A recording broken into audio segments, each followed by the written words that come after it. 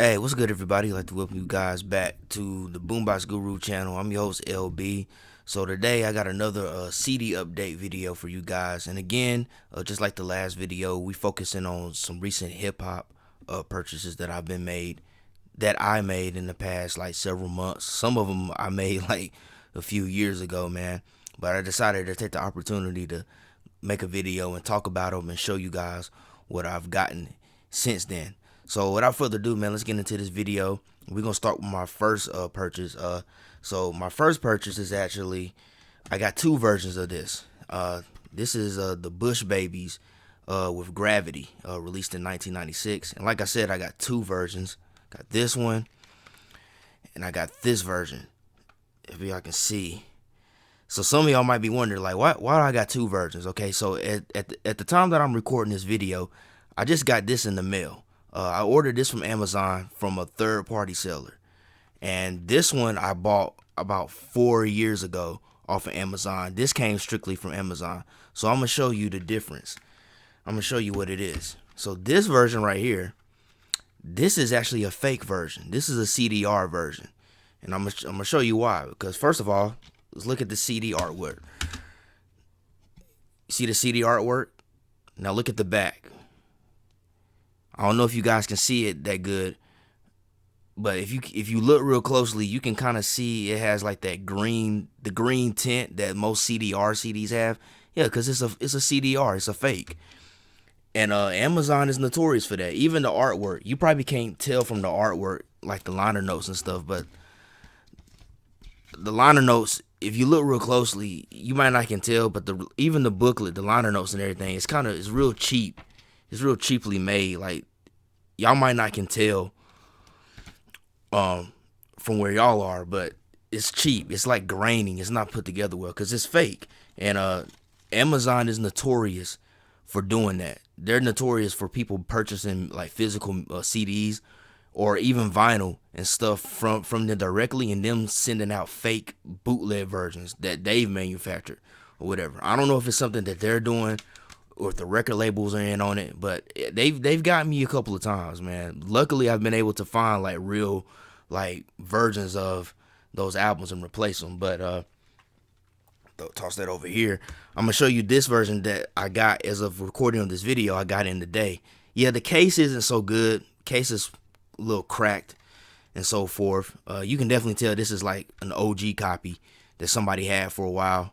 But I'm gonna show you the difference. First of all, let's look at the CD. Like, see, you might can tell a slight. You might not can see from y'all guys' angle of where you guys are, but you can sort of see the difference from the fake version and the real version. You see, the CD is a little bit more.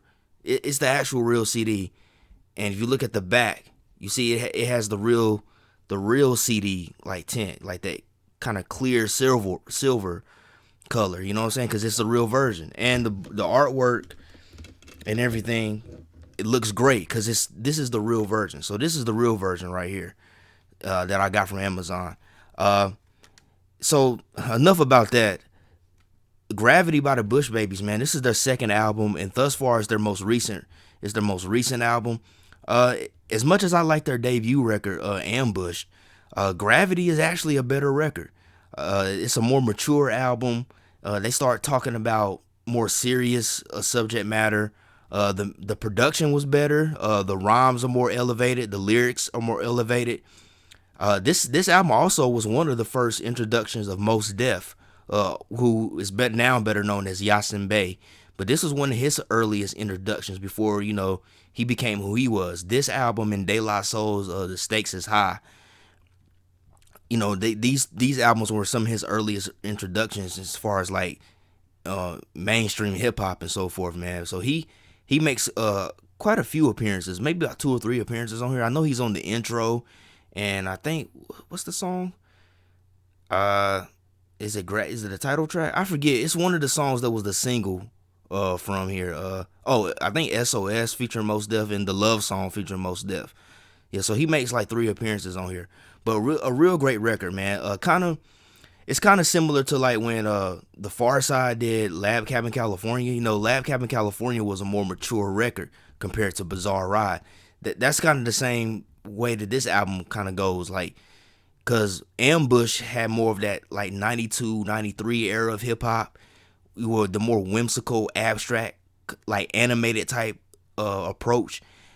And by this point, it's like the guys have kind of gotten in their pocket and they've kind of matured as lyricists and with their subject matter, because they talk about a lot of, not nothing dark, but you can just tell that they're on another level. They're on something mind wise. They're somewhere else. They're maturing as young men, and it comes out in their lyrics, man. But just a great record, man. And I'm glad to have an actual real copy of this in my collection, man. Now I can appreciate it so much more, man. But definitely a dope album. One of the best hip hop albums ever released, man. Underrated hip hop album, in my personal opinion. So if you ain't never heard Gravity by the Bush Babies, man, definitely go and check it out, man. Just a great hip hop record. All right, so next CD, man. This is from a group that I have stopped listening to a long time ago, man. But they came out with this album a few years ago, and it was actually a return to form for this group. But that's the Black Eyed Peas, man, with Masters of the Sun Volume 1. This came out in 2017. Once again, the Black Eyed Peas, they're a trio again. Fergie, she had left the group in between this album and the last one, so it went back to that classic trio of Taboo, Appity App, and Will.i.am, and they returned back to their hip-hop roots. Honestly, this album actually went under my radar when it came out. It came out in 2018. I'm sorry, I said 2017. It was 2018. This album went under my radar because I stopped listening to the Black Eyed Peas after the first two records. After that, most of the music I heard from them was on the radio. And then by the time that they did that, I Got a Feeling, which was back in 08, 09, I was completely done with them. I was like, okay, these guys they're not even hip hop no more. They're just pop now. But they actually came back with hip hop, man, on this record. And this is actually a really good record. Honestly, Masters of the Sun Volume 1 sounds like the album that we hoped and wished had it came out after Bridging the Gap.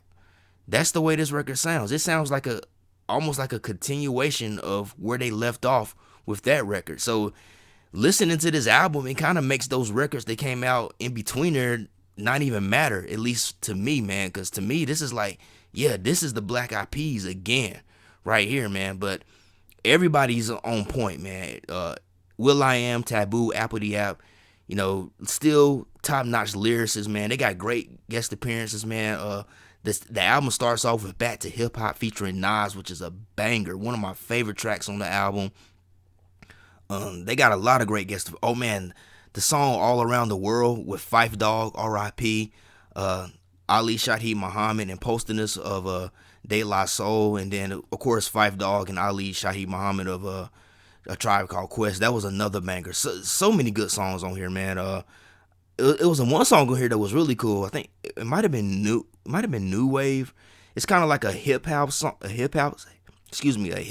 type track. I thought that was really cool because it kind of harkens back to the late 80s. I don't know if you remember back in the late 80s when a lot of hip hop artists were like doing hip house music. They would have like at least one hip house song on their album. I think EPMD, they did it on their second album. They had that one song that was like a hip house track, and then the Jungle Brothers, they had that song I'll House You. It kind of reminded me of that era of hip hop when artists were doing that, man. But a really great record. Of course, the album they did after this, I think they went into more of a reggaeton direction, which me personally, I'm not a big fan of reggaeton. But in any regards, man, I'm hoping that whatever they come out with after this, man, or next, it's gonna be in more of the vein of like some real hip hop, man, because they really did their thing on here, man. And the Black Eyed Peas, in spite of what people may say about them, even when they were doing more hip hop, they was always different. They didn't dress like other hip hop groups. They didn't really sound like other hip hop groups. They were always more experimental and abstract, and that's what they do here, man. But to me, it's just them picking up right off where Bridging the Gap left off, man. So I was really excited to actually go back and check out this album and hear it, man. So I'm glad to have this in my collection, man. So shout out to the Black Eyed Peas for going back to their hip hop roots, man, and putting out a great record, in my opinion, a great one.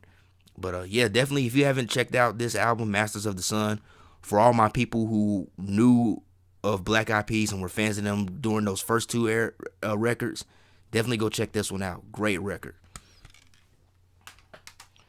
All right, so the next album I'm gonna talk about here is one. Man, I should have had this album a long time ago. Honestly, man, I don't know why I waited so long to get a physical of it. I guess because I went through that phase where I was only getting digital stuff. But I'm glad to have a physical copy of this, man, because this is a true classic record. This is Cormega, man, with the Realness, released in 2001, man. This is Cormega's debut album, and I guess what prompted me to get this because he's actually prepping to release the sequel to this record, the Realness 2. Anybody knows about Cormega, man? Cormega, man, he's one of the greatest MCs to come from Queensbridge. Just a top tier lyricist, man. Very poetical. His music has always just been very thought provoking. He makes the type of raps that really kind of feed your soul, man. You know what I'm saying? Like everything he talks about, man, it just kind of hits you. Not like it makes you cry, but it just really just makes you like, man, this dude is ill, man. It makes you think. Very introspective, man. But this is his debut album, The Realness, released in 2001. I think I got this off of Amazon, man, for a pretty reasonable price. Glad to have a physical version because I only had the digital version that I bought from not Amazon, but iTunes like several years ago. But just a classic hip hop record. This is one of the greatest hip hop albums of all time. It's also considered one of the most landmark albums in underground hip hop because anybody knows anything about Cormega, man, he's a pioneer of underground hip hop. He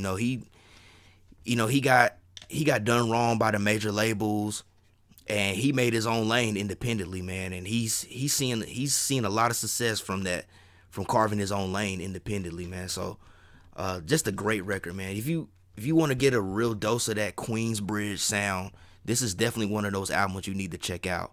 Cause Cormega, man, he's just a lyrical genius, man. Just top tier lyricists of all time right here, man. Glad to have this. So if you ain't never heard The Realness by Cormega, definitely go check it out, man.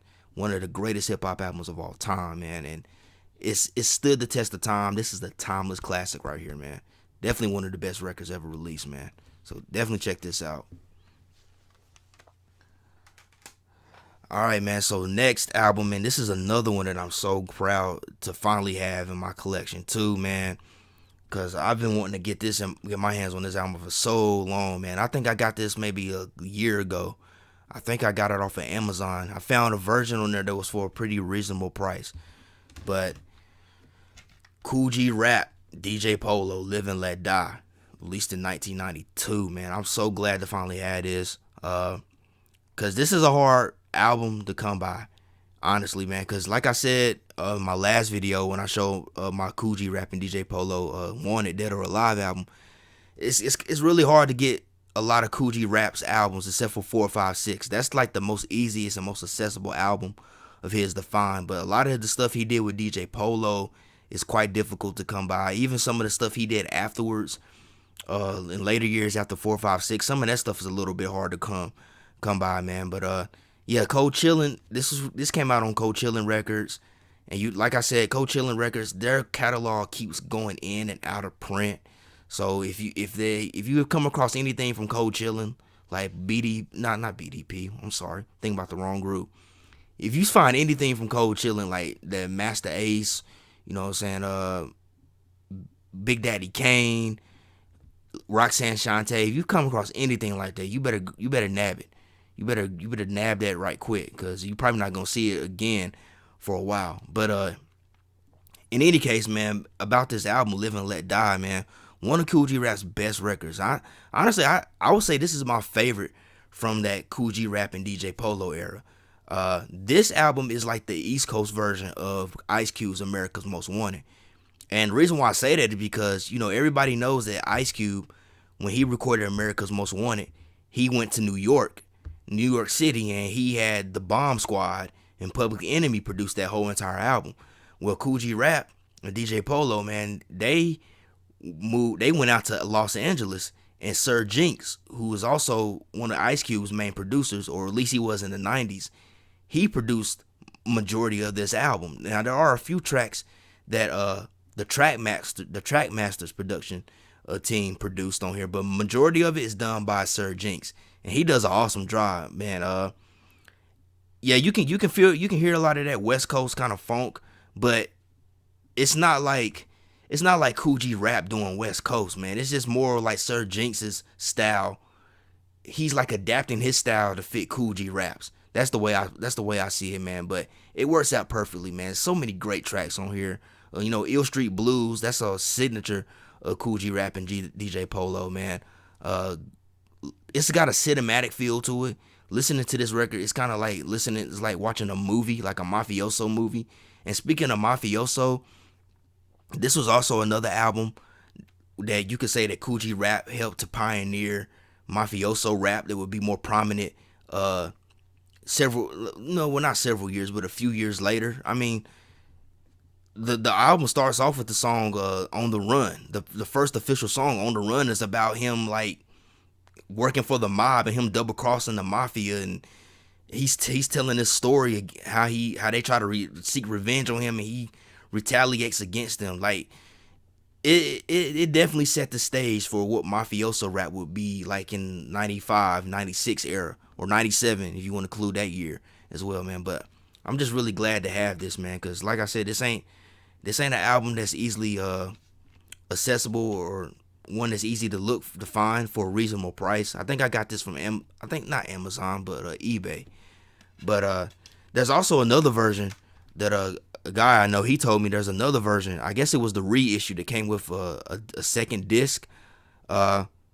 Maybe one day I'll try to get my hands on that, but I think that version is even more expensive than this version, honestly. But it's got like a second disc with like bonus tracks, I think. So I might try to look for that version as well, man. But in any regards, I'm proud to have this in my collection. Whatever the case may be, I'm glad to have this album in my collection, man. But just a great classic hip hop record, and one that I enjoy listening to on a regular basis, man. That's just how good it is.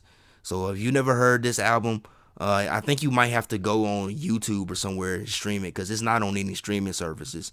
So yeah, definitely go check it out wherever you can, wherever it's available, man. Great record. And the last album on my list, man, this one right here, this one really kind of brings back a little nostalgia for me, because this album was a big part of my childhood right here. But finally got me a physical copy of the Hot Boys Guerilla Warfare, released in 99. But I think most of the success of it was in 2000 though. But yeah, the second album by the Hot Boys, man. Like, I only had a burnt copy of this album that a guy, he made a copy of it for me when I was back in high school, because he had the CD. And I tried to get him to let me borrow, and he was like, nah, man, I don't let nobody borrow my CDs. I'll make you a copy, though. He made me a copy, and that's all I had for years. So I don't know why it took me so long to get a physical. I guess because I always thought this album was going to be so readily available. It's not always been readily available. There's been moments where it was been hard to find for a reasonable price, and then all of a sudden it'll pop back up. But fortunately, it popped back up recently, and I was able to nab a copy, man. But a big part of my childhood, man, growing up in the late 90s and early 2000s, man, Cash Money, at this point, man, Cash Money was unstoppable. Nobody could stop them. This is that golden era of Cash Money, that Hot Boys era, man. Just classic songs on here, man. I remember the video for We On Fire getting so much airplay. Love that video, one of my favorite videos back then. Of course, I Need a Hot Girl with Big Timers. A lot of great hits on here. Respect My Mind, Help, Off the Porch, Clear the Set. Let's see here. Tuesday and Thursday. Man, You Dig, Boys at War. Just a great record. And funny thing is, they also taking a lot of shots at No Limit Records around this time. This is when that kind of rivalry between Cash Money and No Limit was happening. They taking shots at No Limit because, I think No Limit had dropped the Hot Boys movie around this time, and Cash Money took offense to that because, they were known as the Hot Boys, the group, the music group. Of course, the name Hot Boys goes deeper in the streets of New Orleans, which I'm not gonna get into that. You can look that up for yourselves. But yeah, they took offense to that. So they're taking little shots at No Limit here and there throughout some of the songs, man. But just a great record, man. Of course, produced by Manny Fresh, who did an awesome job on the production. Manny Fresh was always that dude on the production, man. And you know, to go to CD, man. I remember that CD. I remember so many people, a lot of the older like teenagers and stuff in my neighborhood. I remember seeing this CD so much in a lot of people's like CD books and stuff, man. But just a classic record, man, and it just brings back memories of that whole era of hip hop, man, for me. So I'm glad to have a physical in my collection. But yeah, just a classic Southern hip hop record, man, and definitely for anybody that doesn't know about that early era of Cash Money, man, this is definitely one of the top albums you need to check out, man, to get a dose of that golden era of Cash Money. You know, before Lil Wayne became who he was today. You know what I'm saying? When it was more of that New Orleans like flavor was in the sound, man. So definitely check this out, man. Just a great classic record all around. All right, man. So that's it for this episode of my CD update. Hope you guys enjoyed the albums that I showed you and that I displayed, man. I'm glad to have them in my collection. And maybe for some of you who never heard these albums, you can go online somewhere, check them out. Guarantee you're gonna enjoy them because they're all classics, man. I don't listen to no BS. But in any regards, man, if you like this video, man, do me a favor, hit that thumbs up and give me a like because it helps with the algorithm. Also, be sure to hit that subscribe button and tap that bell, and so you'll be notified whenever I drop new content. Want to get a big shout out and huge thank you to everybody that's subscribed to the channel, everybody that's been supporting the videos by watching. I truly appreciate it. And as always, hope everybody has a blessed day, a blessed week, and love, peace, and music. Peace out, y'all.